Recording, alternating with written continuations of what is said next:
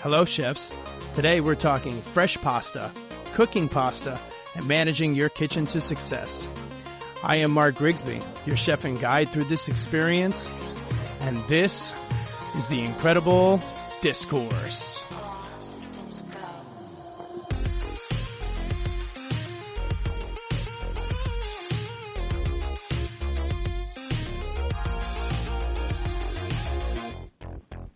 Welcome to episode 11, guys. Quick update on what's been going on behind the scenes before we get started today. So a few weeks ago, we started a new section on the website called Resources. And let me tell you, I absolutely love this section. We post a downloadable guide with a little more in-depth knowledge on a specific topic.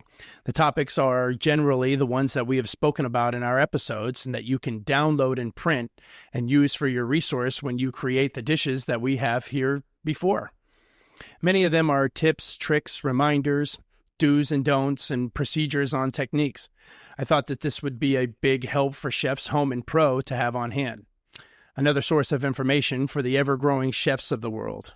So make sure that you check out that section on your next visit to the IncrEDIBLEDiscourse.com. I'll be posting a resource on today's episode about making fresh pasta and cooking pasta as well. If there is a topic or subject you would like to see for a downloadable resource, please let me know, and we'll get it up there as soon as we can. One more thing before we get started on our episode today. We're an official affiliate for Amazon. I know I've been teasing this for a little while now, but the day is finally here. I have to disclose that we are an affiliate as part of the program, and just like the Provecho, all proceeds go directly back into the IncrEDIBLE Discourse. It helps bring you these fantastic episodes that help focus your brain on making some delectable dishes and making you a better chef. A little bit goes a long way and is always very appreciated. Click the links in the description that take you directly to Amazon, and when you buy something, we'll get a little something from it. Let us know on the website or X how you like our recommendations, and we'll give you a nice shout out and return the love. Now, can we finally get on with the damn show? I'm super excited about this show today, guys. Can someone tell the damn host to get the shit on already? Okay, so, ready? Here we go. Today's episode will be long, just warning you up front. There is so much information packed in here, I just couldn't help myself. I hope you enjoy hearing my damn voice, because today you're going to get a truckload.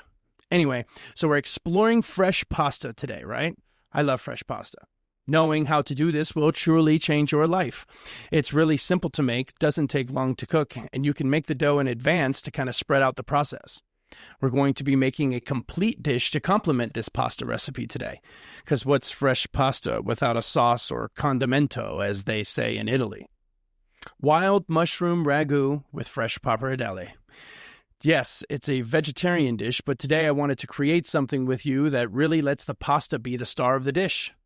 Now, that's not to say that we're not showcasing a really nice sauce today. All around, this dish is stellar. And as we get to know each other, you will find that mushrooms are a weakness of mine, and I absolutely love them. Every variety. And we will talk a little bit about the different varieties and why we chose them for this dish. As always, before we get into the kitchen and get our hands dirty, we always do a little history lesson. We usually pack our bags and hop across the pond, but today we're jumping into the time machine and heading way back, like 3,500 years back. So, fresh pasta originated in ancient civilizations in the Mediterranean, places like Italy, Greece, and China. Early evidence of pasta making comes from Italy and China, and although that's probably a no-brainer, it's much deeper and farther back than one may consider. The Etruscan civilization needed flour and water to make dough, then rolled it out into sheets and then dried it in the sun. This was happening between the 8th and 3rd century BCE, but believe it or not, it goes back even farther than that. Some form of pasta that was made with either wheat or rice flour and water in China goes as far back as 1700 BCE in the Shang dynasty. That's over 3,500 years ago from today. And one of the oldest records of noodles came about in 2005 when archaeologists discovered a 4,000-year-old bowl of millet noodles in Lijiang, China. And that discovery was only 20 years ago. This millet noodle bowl suggests that early civilizations were already experimenting with boiling long, thin strands of dough. The idea of forming dough into various shapes and cooking it in boiling water can be traced to ancient Mesopotamia and the Middle East. Early Arabic writings reference a dish called Etrida, a type of dried noodle that predates Italian pasta. Greek mythology suggests that the Greek god Vulcan invented a device that made strings of pasta out of dough that was made by hand. The word for this was laganon and comes from ancient Greece and Magna Graecia. They are believed to have made an early form of pasta by kneading flour and water and possibly eggs. By the time of the Roman Empire, a dish called laganum, which happens to be where the word lasagna comes from, was documented by historians like Cicero and Apicius. These sheets of pasta were often layered with sauces, except these pastas were baked rather than boiled. You see a similarity here? By the 9th century, pasta-making techniques had developed significantly, especially in Italy because durum wheat was widely cultivated. At this time, 2 different pastas started to take off, fresh pasta and dry pasta. Durum in Latin means hard, and the species is the hardest of all wheats. This refers to the resistance of grain to milling, in particular the starchy endosperm, causing the dough made from its flour to be weak or soft. This makes durum favorable for semolina and pasta and less practical for flour, which requires more work than common bread wheats. Anyway, also during this period, there was a great Arab influence in Sicily, and pasta techniques were refined. The Arabs introduced durum wheat semolina and advanced drying techniques, which led to the development of dry pasta. But fresh pasta remained a staple in northern Italy. Now, let's fast forward a little bit to the 14th century during the Italian Renaissance. Fresh pasta became super refined. They had access to high-quality eggs, plus chefs were perfecting pasta recipes and creating different styles. From this came tagliatelle, fettuccine, and ravioli, to name a few. Also during this time, the pasta machines were invented, making kneading and rolling processes a hell of a lot easier.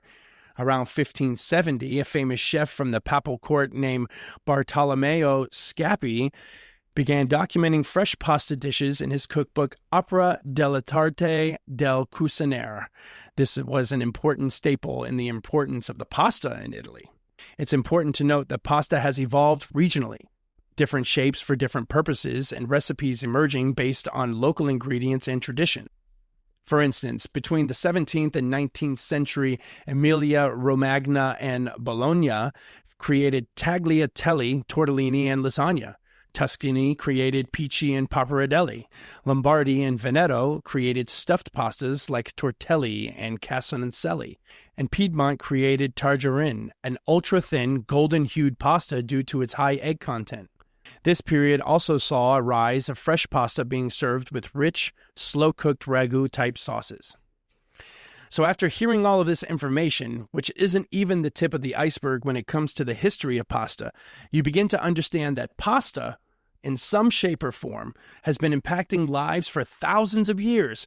For me personally, coming from an Okinawan descent on my mom's side, noodles are a staple and love for our family, so the Asian ties to pasta making are very interesting to me. On my professional side, I have been making fresh pasta for years in some shape or form, and to think that these recipes and shapes were invented in a time where there were no machines, no refrigerators, no gas or electric stoves or real cooking equipment as we know today is wild. It's crazy to think of the eras of refinement 3 simple ingredients went through over time. Today, through the power of industrialization, dry pasta has become more widespread because of its longer shelf life and easier storage. Fresh pasta continues to be handmade in high-end restaurants by artisans and home cooks. Modern technology has allowed for more refined flour and efficient pasta machines, making fresh pasta easier to produce on a larger scale while still preserving traditional techniques. Now, let's talk a little bit about the shapes of pasta. As I said before, different shapes for different purposes. And I want to highlight a few different pastas and their applications. Let's start with flat ribbon pasta, as it is very common and available in fresh and dry varieties. Tagliatelle and fettuccine are the best with creamy or slow-cooked meat sauces like ragu alla bolognese or Alfredo. Who doesn't love a long-cooked bolognese sauce or a creamy Alfredo with shrimp or chicken? This is because the flat, wide shape grabs these rich sauces and coats each strand evenly. These 2 shapes have enough structure and strength to handle heavy meat sauces without falling apart. Pappardelle is even thicker than tagliatelle and fettuccine and is best for hearty, chunky meat sauces. The thickness of this pasta is ideal for catching large, tender pieces of braised meat and has enough surface area for the sauce to cling to.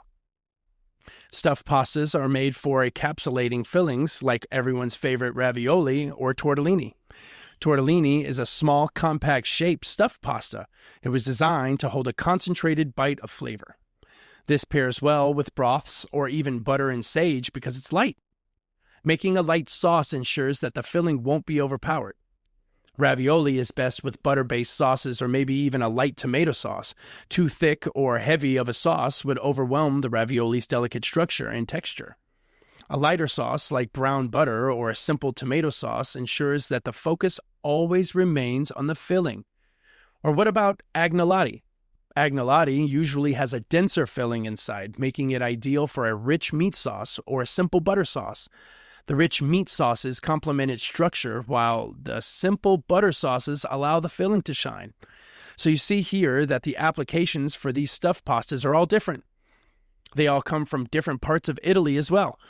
Now remember, many of these shapes were developed based on the ingredients they had to work with around them in a time where there were no cars or planes or trains to transport supplies like there are today. So let's go the thinnest of thin. Capellini, or angel hair pasta, is extremely delicate, so it pairs best with light, oil-based sauces that can coat the strands without clumping it. Tomato-based sauces like marinara work well here because they're thin enough to be absorbed without drowning the pasta. From the thinnest to short and thick, we have gnocchi. Gnocchi is made from potatoes, ricotta, or semolina, and this has a soft, pillowy texture that soaks up sauces like pesto or butter and sage beautifully. Meat sauces also work well here because gnocchi absorbs rich, slow-cooked flavors rather than just being coated on the surface. Or how about hand-rolled? Pici is a hand-rolled thick spaghetti that has a chewy and rustic texture. This is really good for thicker, bolder sauces and flavors. Cacio e pepe, which is one of my favorite sauces, is a really good sauce for this because the thick strands hold on to the creamy, peppery sauce without becoming too heavy. Wild boar ragu works well here too because of the pasta's dense and slightly irregular texture. And since we're talking about pastas, their shapes, functions, and their histories, it's important to talk about a few of them that you may never have heard about or let alone tasted or experienced. And these pasta shapes come from extremely small towns in Italy that date back hundreds of years. Rascatiti is a type of pasta that originated in the Lucan village of Tiana, Italy, and is made with a mixture of wheat and fava bean flours. The name comes from the Italian word for scraping. This pasta is said to have originated around 1600 and prepared by women returning to the village after working in the fields. It is traditionally dressed in a tomato-based sauce. This pasta comes from a village that has less than 1,000 residents, and most of them are all older as their children have all moved away. These people keep the tradition alive of making this shape in dough through the elders who have been taught by all of the generations before them. Buscetta pasta comes from the Trapani province originally, but is a typical pasta in Sicily. They take their name from busa, the Sicilian word for the stem of the local grass that is used in preparing them, which gives them their helical shape. This pasta is made with semolina and water only, allowing it to stand up to heavier sauces. It's a spiraled spaghetti-like pasta shape, hollow on the inside and allowing the sauce of choice to get trapped. A burst of sauce and flavor erupts when eaten, and in this region, pestos made with tomatoes, nuts, and herbs are widely used and sometimes paired with seafood. Testeroli is the oldest known pasta to man, over 2,000 years old, and is considered a precursor to modern pasta. The name testeroli comes from the ancient cooking pots used to make this pasta called testi and were made of cast iron.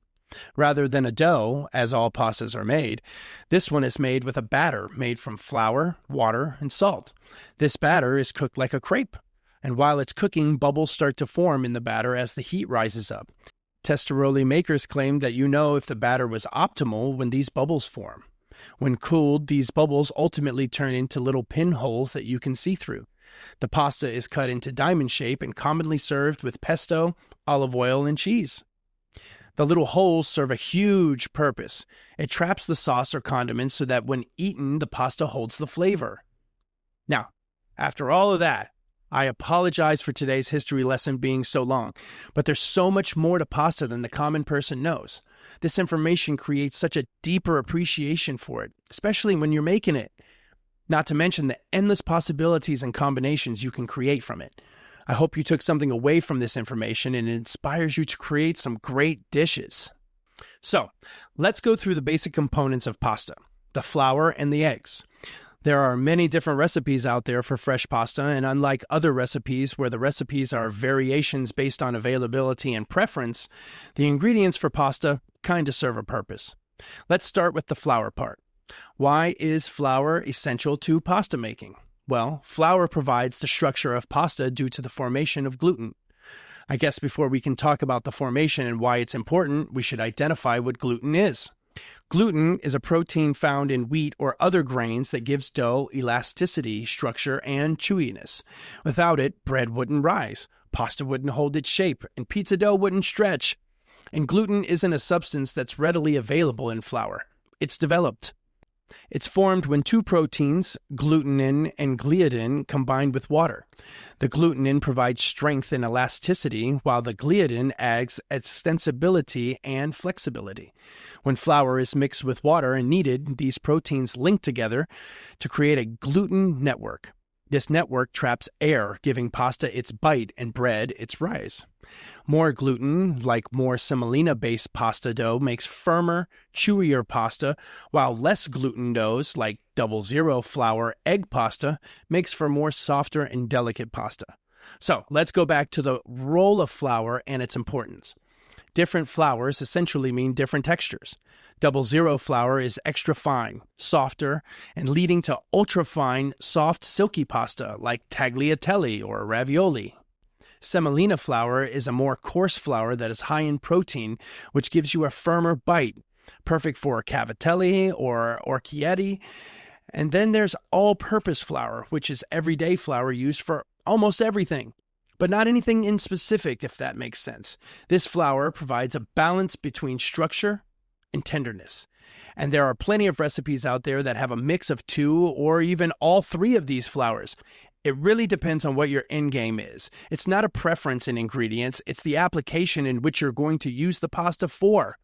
Low-protein flour makes softer, more delicate pasta. High-protein flour creates chewier, more elastic pasta, and a blend of flours can fine-tune and balance tenderness and bite. Now, onto the key component of fresh pasta, the egg. Eggs bring moisture, fat, and protein, all of which affect the texture. Now, different components of the eggs impact pasta in different ways, just like the different flours.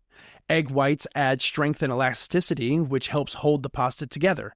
Egg yolks make a really rich and tender pasta dough. More yolks means a softer, more delicate pasta. Egg whites make a firmer pasta, great for stuffed pastas that require a little bit more structure. Remember, if your pasta's too dry, it lacks enough eggs or moisture. If your pasta is too sticky, it has too much fat or egg yolks and there's too much humidity in the air. Another key component of pasta isn't even an ingredient, but a technique: kneading. Let's go over some key parts of this process. First, let's remind everyone what kneading is. Kneading is the process of working dough by hand or machine to help develop gluten, creating elasticity and structure. It develops gluten, incorporates air, and improves texture. Over-kneading makes the dough too tight and tough, making it difficult to roll out, whereas not enough kneading makes the dough weak and it breaks apart easily. After kneading, pasta should rest for about 30 minutes to an hour to allow the gluten to relax. This makes it easier to roll without shrinking back. Should your pasta feel too tight when rolling, allow it to rest longer.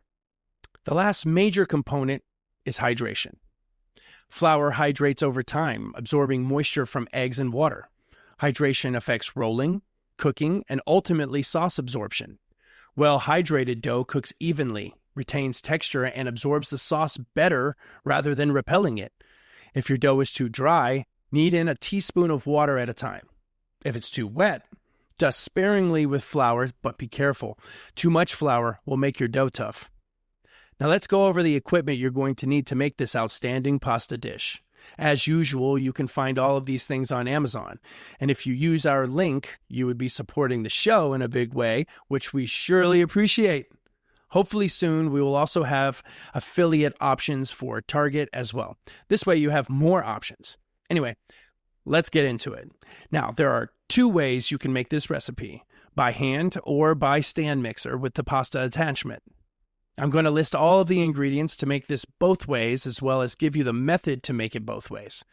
I think it's important that you know how to make it both ways. It just makes you that much more versatile in your repertoire of techniques.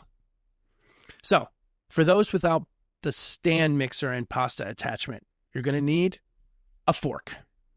Yes, a simple dinner fork. This will help you incorporate all of the ingredients together. A bench scraper, very useful tool.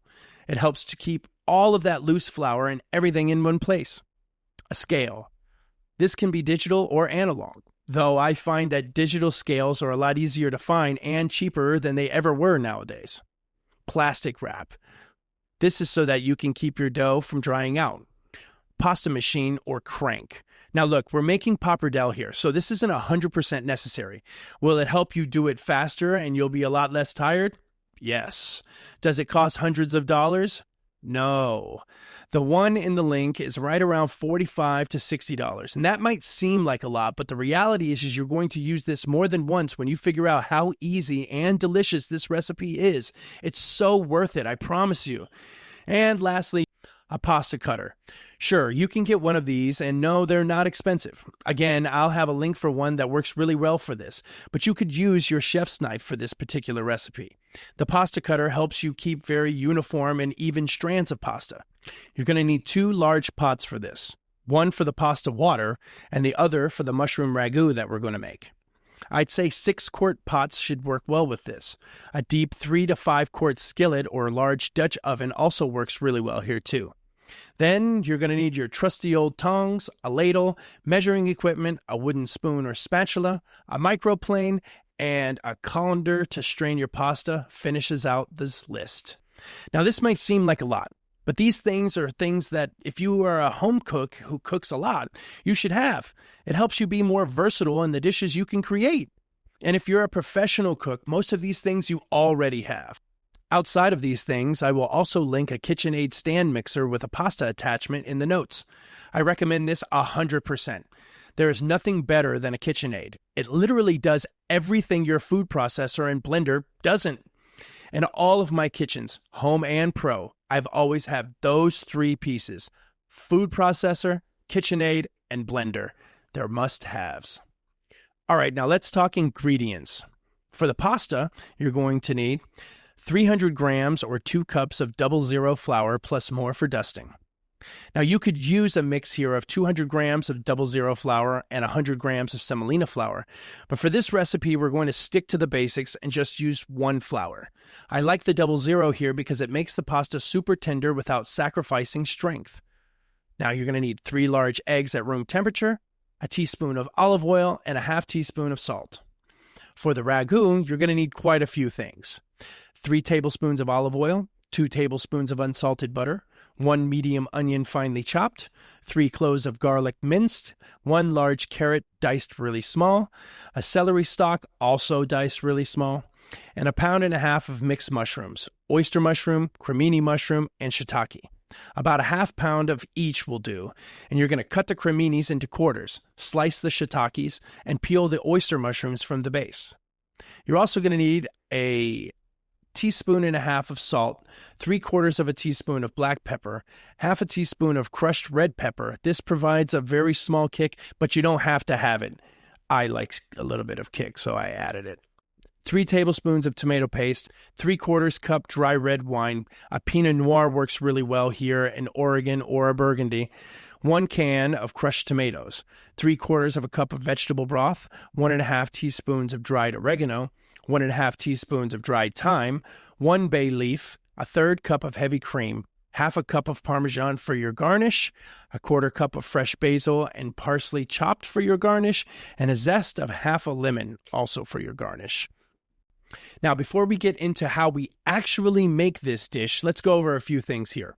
First, the mushroom. Like I said, I love mushrooms. They are one of my favorite things to cook and one of my favorite things to eat. I chose this selection of mushrooms because you get a slightly different texture from each, plus the different shapes that you have here make the dish a lot more interesting. The cremini mushrooms will provide a burst of flavor as they will soak up a lot from the sauce from the ragu. The shiitake will add a nice earthiness to the dish, and the oyster mushrooms will give a nice silky texture. This will, at the end, round out your dish in flavor and texture. It's always good to have a balance. Now, on to the wine. Depending on where you get your wine, I gave you 2 options, and both will do just fine. I prefer the Burgundy because I like the oakiness of the flavor of this wine in this dish specifically. An Oregon Pinot Noir would provide an earthiness which would pair well with your mushrooms. It's really your choice. If your palate is a little bit more complex, then choosing one or the other would be based on preference. If you're still teaching your palate, whichever you can find the easiest will do. I wouldn't stress this one super hard. Really, any Pinot Noir will do. All right, now it's time to make something fucking delicious. Okay, let's start with the pasta, and this process is making it without the stand mixer. On a clean surface or in a bowl, pile the flour into a mound and create a little well in the center. Crack the eggs into the well, add the salt and olive oil. Using the fork, beat the eggs gently while gradually incorporating the flour from the edges. Now be careful when doing this because you have to keep the well intact until the dough is forming. If you start whisking like a madman and you break the walls of your well, your egg will run all over the place. So be nice and easy. Once the dough starts coming together, knead by hand for 8 to 10 minutes until smooth and elastic. Dust with flour if the dough becomes sticky on your work surface. Work into a ball at the end of the kneading time. Now there is a proper way to knead. You're going to roll the dough back and forth on your surface, stretching the dough with every push. It takes a little practice, but essentially you're trying to stretch this dough and get that gluten network we talked about to form. Super important part, if not the most important part of the entire pasta making process. It might make your hands tired, but trust me, you'll be one pissed off chef if you didn't knead it enough or properly and have to go back and knead it again. Now, if you do happen to have the stand mixer, follow these instructions. Attach the dough hook and add the flour and salt to the mixing bowl. Crack the eggs into a separate bowl and then add them into the flour. This will help you to prevent the shells from falling in and having to take the entire machine apart to get the shells out. Start the mixer on low speed, usually setting 1 or 2, to gradually incorporate the eggs into the flour. Once the dough starts forming clumps after about 2 minutes, increase the speed slightly to setting 3 or 4, and this will help it come together more. Let the stand mixer knead for 5 to 7 minutes or until the dough is smooth and elastic. If the dough looks too dry, add 1 teaspoon of water at a time. If the dough looks too sticky, sprinkle in a little extra flour until it firms up. Once it forms a firm but pliable ball, remove from the mixer. Now, at this point, no matter which method you choose to go with, you should be at the ball stage. Wrap this ball in plastic wrap and store in your refrigerator for about 30 minutes to an hour. This will help the flour absorb all of the liquid from the egg and the oil. I recommend resting this for as long as you can. You can even make this dough the day before if you think you'll be pressed for time. Now, the fun part. Once your dough is rested, roll and shape the dough ball into a large equal tube and cut it into about 4 or 5 equal parts. Use one part at a time and wrap the others in plastic wrap so not to dry out. Roll out the dough with a rolling pin first before going into the pasta machine. You don't have to do a lot of work here, but it will help you create the shape of the pasta. You just need an even rectangle shape about 2/3 of the width of the press. Lightly flour the dough. Set the machine's thickness level to the thickest that it can get and roll your dough piece through it twice. Fold this sheet in half and run it twice again through the machine. Repeat this process 2 more times with the same piece. This serves as a final kneading for the dough. Set the machine to the next level of thickness and run the dough through. Keep running the dough through, adjusting the rollers to a thinner setting each time until you get to about 1/16 of an inch thick. It should be pretty thin, probably the second or last setting on the rollers. Lightly flour the dough throughout the entire process so that it doesn't stick to the rollers. Once you have the sheet complete, lay it out on a lightly floured surface. Using the pasta cutter or your chef's knife, cut the pasta into 1/2-inch strips. Gather the strands into little nests by wrapping the pasta around your hand. Dust these nests with a little more flour and place on a sheet pan. Now repeat this entire process for the rest of the dough pieces in the log. These nests can be freeze-dried and then put into a zip bag and frozen for up to 1 month. And boom! We just made some fucking pappardelle. This entire episode and everything we talked about led all the way up to this point. Now, when you attempt this recipe, take your time. Have time to make it. Don't rush. This is one of those labor of love kind of deals. Don't rush love. Only fools rush in. That song, like we said last time. Now, for this tasty mushroom ragu. In the Dutch oven, deep skillet or pot on medium-high heat, add the olive oil and the butter. And you may ask, why am I adding butter and oil? And that's a really good question. This process is called fortifying the butter, and we do this so that the butter solids don't burn as quickly but still retain that nice, rich, buttery flavor. After this melts and comes to temperature, add the mushrooms in a single layer on the bottom of the pan and allow them to sear. You may have to do this in batches, and that's okay. Adding all of the mushrooms at once will cause them to release their juices, and then you end up boiling them. You're doing this to lock in the flavor of the mushroom and give you that really good, nice texture. After each batch is complete, remove the mushrooms and hold on a plate until ready to use. Now add the onion, garlic, carrot, celery, crushed red pepper, salt and pepper, and saute until softened, about 5 to 7 minutes. If you need to add more butter and oil during this process, that's fine. You have to have fat to saute properly, right? And if you find that these ingredients are cooking too fast or if they are starting to brown, pull off your pot from the burner and cut the heat down a little bit.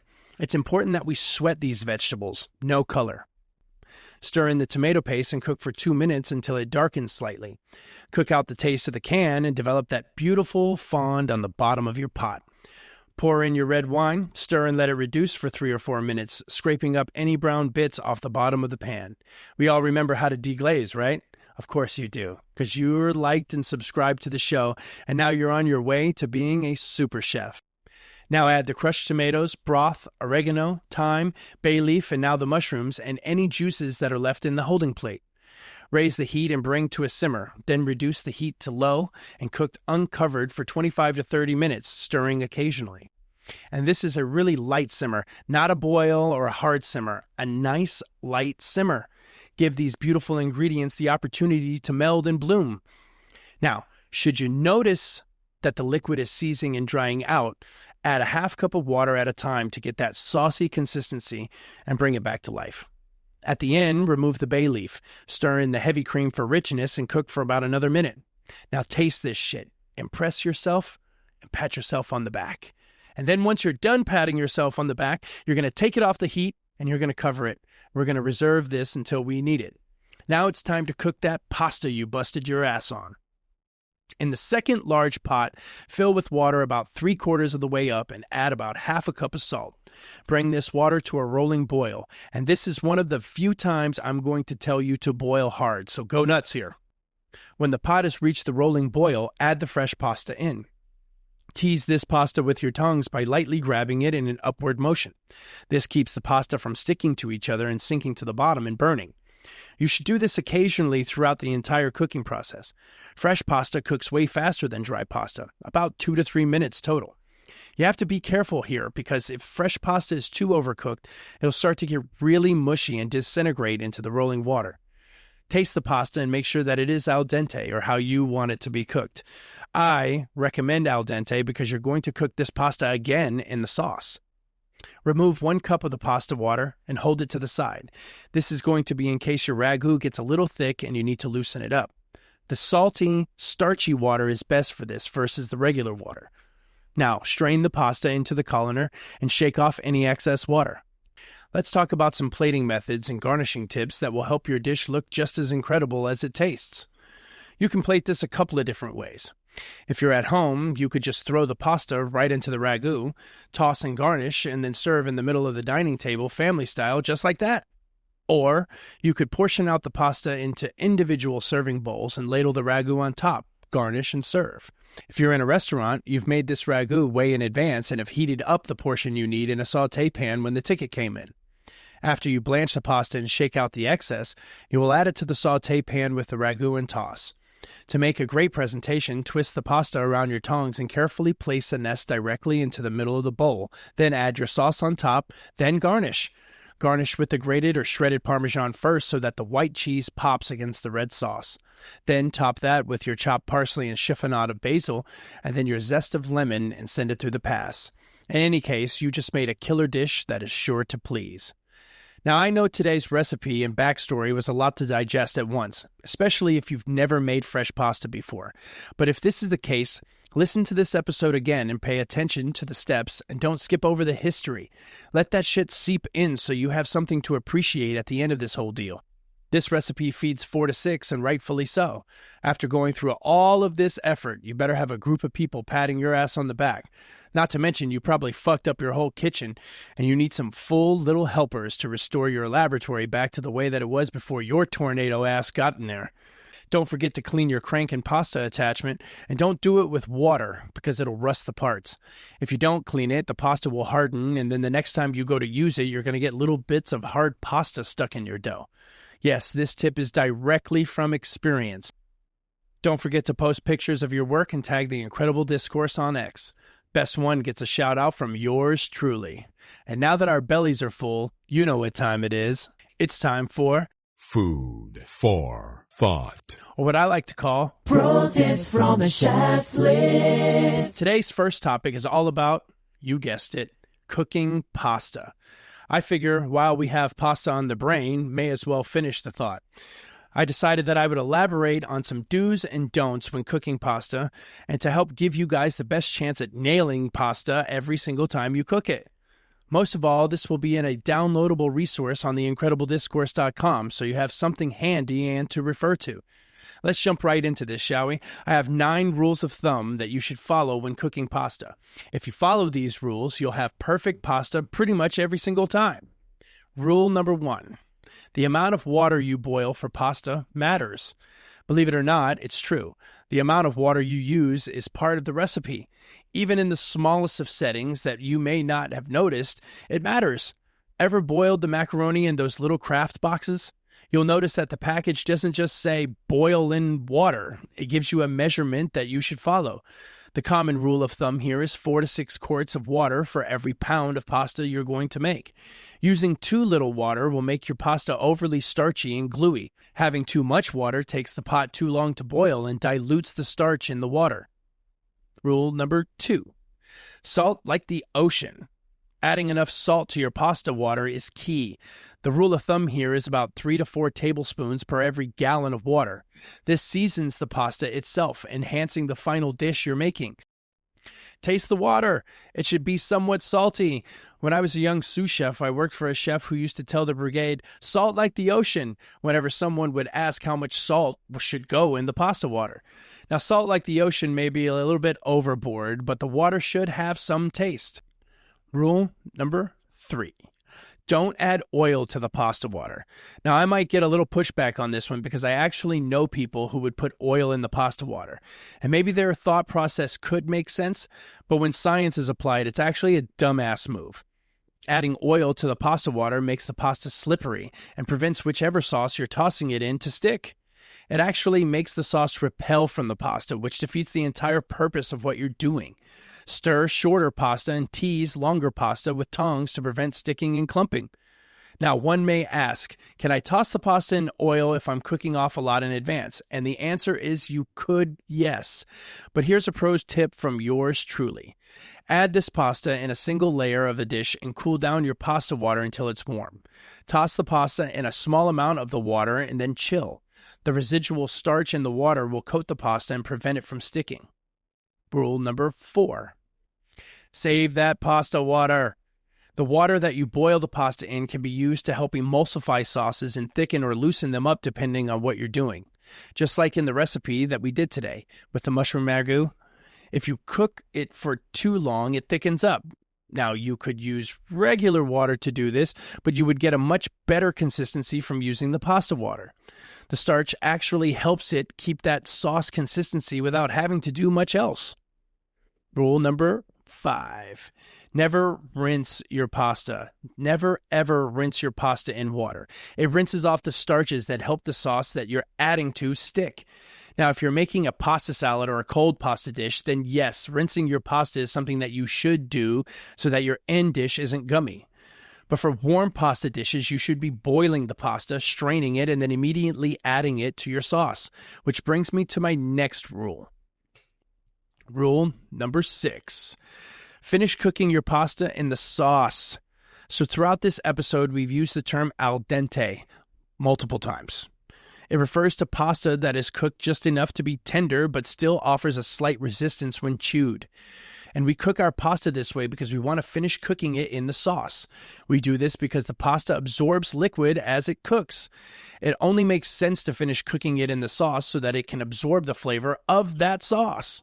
Rule number 7, time your cook. I think this one is a no-brainer, right? Depending on the pasta shape and ingredients it's made with, dry pasta can take anywhere between 8 and 12 minutes to cook al dente. Fresh pasta is way less.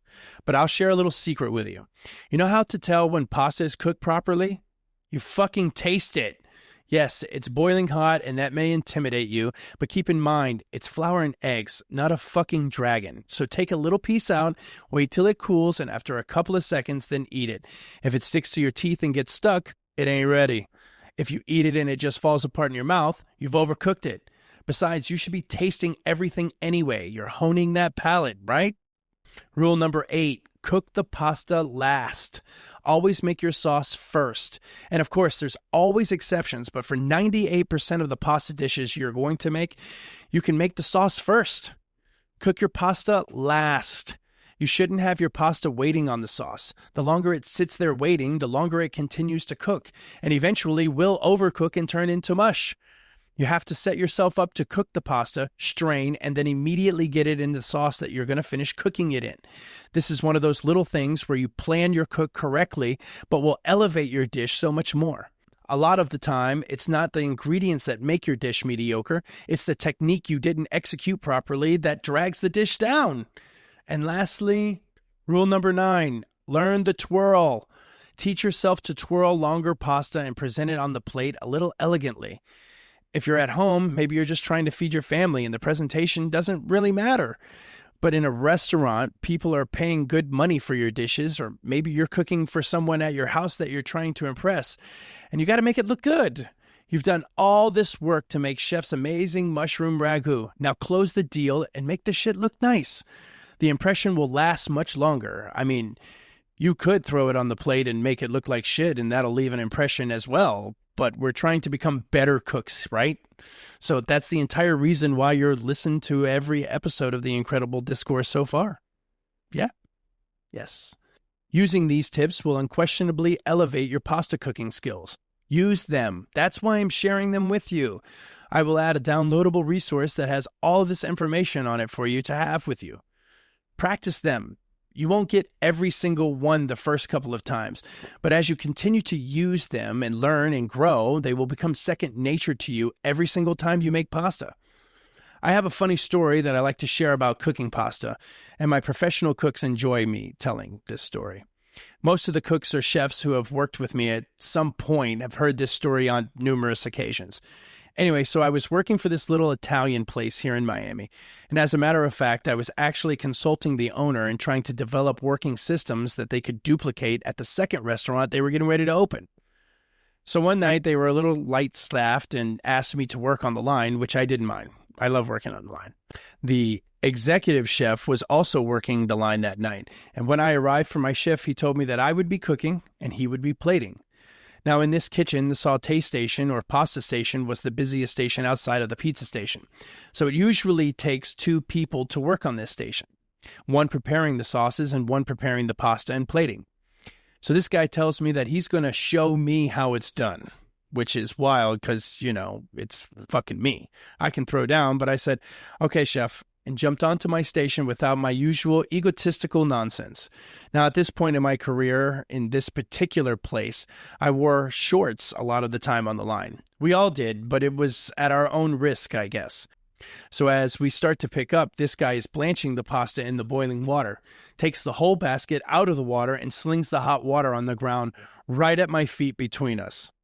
I felt a little spray of this hot water and asked, "Hey man, why are you throwing this water on the floor?"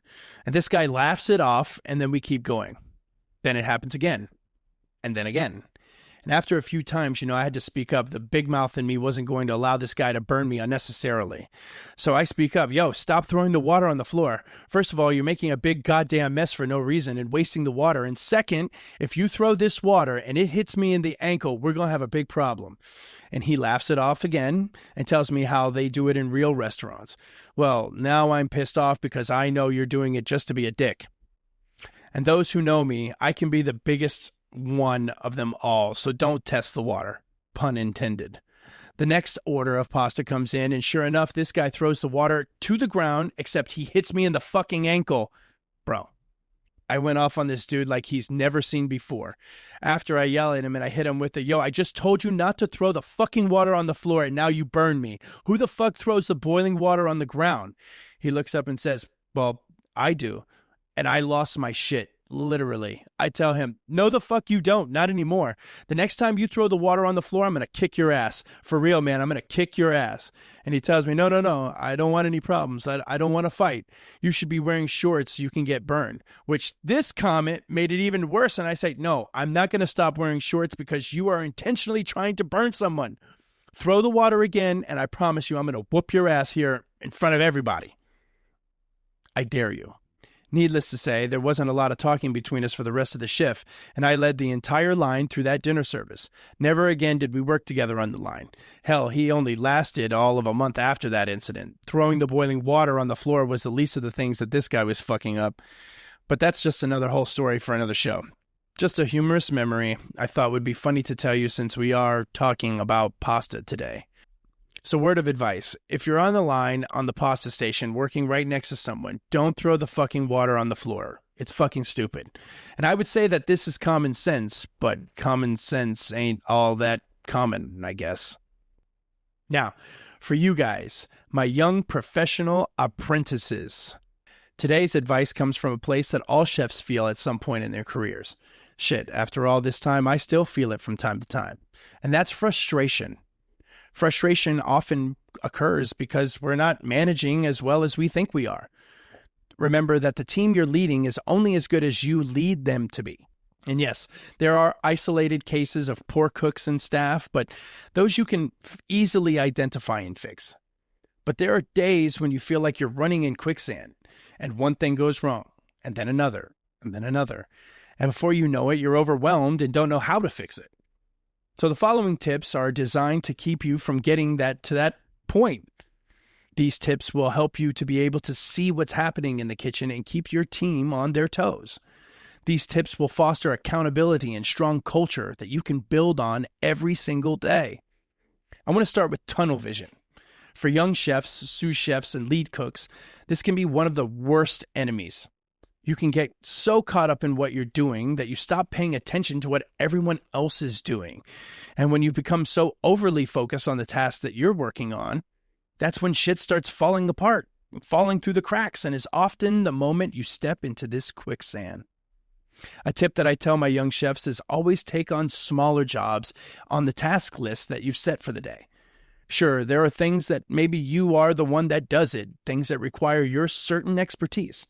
But if you're not focusing on the quality of work everyone else is doing, is what you're doing really going to shine? Or will it get lost? Making lists will help keep you on track with everything you have to do during a shift. Trying to remember what to do and who you have assigned these things to do them is difficult to remember. As the chef in charge of the kitchen, you're not just cooking or prepping, you're taking calls, answering texts and emails, receiving trucks, writing specials, monitoring and reporting your KPIs to your boss, negotiating prices, checking quality. I mean, I can go on and on with what goes on through a chef's day. Now tell me, is it possible to remember every single task and who has to do them? And even if you could answer that, could you answer that every day for a week, a month? And once you've made these lists and posted it, it creates accountability and ownership. Now you know exactly who to go to when something isn't right or it hasn't been done. Or even better, who to recognize when the job was done better than your expectations. And after you've made these lists, verify, verify, verify. Don't ever take for granted that the person you have assigned to this task completed it 100% the way it was needed to be. Mistakes happen. Humans are humans. Some of the best intentions and some not. Cover your ass. Inspect what you expect and make it a habit to do so. Then your team will know that you're going to check and verify the work is getting done properly. No shortcuts will ever be taken because they know there is a system in place that will not allow it. Always set clear expectations. Doing this helps prevent confusion and ensure that everyone in your brigade knows exactly what you're looking for. This helps foster accountability and improves workflow. Accountability is huge in managing. If you can't create an environment that is based on accountability, you'll ultimately create chaos. Chaos is bad. Establish guidelines for behavior, performance, and the standards of work from the get-go. This includes job roles, responsibilities, and the standards of cleanliness, food quality, and timing. In a busy kitchen, ambiguity leads to chaos and mistakes. Leave nothing to interpretation. Develop strong communication. It truly is the backbone of an efficient kitchen. If communication breaks down, no matter how well you planned it or put it together, everything is going to crumble. Keep the lines of communication open between all members of the brigade, dishwasher all the way to executive chef. You have to be able to communicate quickly and precisely. Remember, every second counts, and it is and always will be a team effort. We win together and we lose together. Most kitchens have a lingo that they all speak. When you have rookies in the kitchen, you have to teach them this lingo. Otherwise, they'll just stare at you like you're speaking fucking Chinese or something. It's important for everyone to be on the same page. Lead by example. Now, you may have heard this a million times, but what does that look like in a professional kitchen? A professional kitchen runs on leadership, and by showing your team how things should be done, you create and foster a culture of professionalism. Demonstrate all of the standards that you set: punctuality, cleanliness, cooking techniques, and practice what you preach. Being professional could also mean doing things that you don't necessarily like to do. But the reality is, who gets to do everything that they want to do, at work or in life? That's just the way the cookie crumbles. And a professional understands that not everything is going to be glorious, and sometimes you got to get your hands dirty to get the job done. Being professional boosts morale and encourages your team to push through the trenches when the shit gets tough. If you haven't listened to my 2-part episode about professionalism, you should check it out. It dives deeper into the role we play as professional chefs and how we should carry ourselves on our day-to-day careers. Be organized. I feel like a lot of these topics I've covered before in previous episodes, but let's touch on it one more time. An organized kitchen is a productive kitchen. Disorganization leads to inefficiency, mistakes, and stress. Have a system for inventory, ingredient storage, prep, and anything else that will help your particular kitchen flow better. Keep your kitchen layout optimized for workflow. This will minimize the time spent looking for tools, ingredients, or utensils. Regularly audit stock levels if you're not the one who counts your inventory for the orders. Rotate your inventory as much as you can and always ensure that everything is in its place. Time is one of the most crucial factors in a professional kitchen. Managing time effectively helps prevent delays and guarantees that food is prepared and plated on time. Organize tasks into priority levels to manage peak service hours efficiently. Teaching the team how to multitask appropriately and stay focused on their station will also save valuable time. I use timers all the time, not only to time my cooking, but also my cooks. I give them a set of tasks and tell them that they have a certain amount of time to complete them, and then I actually time them. This sets an expectation and gives you a point in time of when you will inspect the work. I always tell my cooks to do their best to beat the time they had the last time they did the same tasks. Push them to be better, faster, and more accurate cooks by using this method. As the chef, you should always foster a positive and respectful team culture. A positive, respectful work environment reduces stress, minimizes turnover, and promotes a more harmonious kitchen. In a high-pressure environment like a professional kitchen, stress can create tension, Encourage mutual respect and collaboration rather than fostering a toxic, competitive atmosphere. Praise hard work and give constructive feedback to correct mistakes. A kitchen that respects its workers results in better morale and higher retention rates. And let me clarify something here. I am a competitive person by nature, and I don't like to lose. But I have created a competitive space in my kitchens, but respectful ones.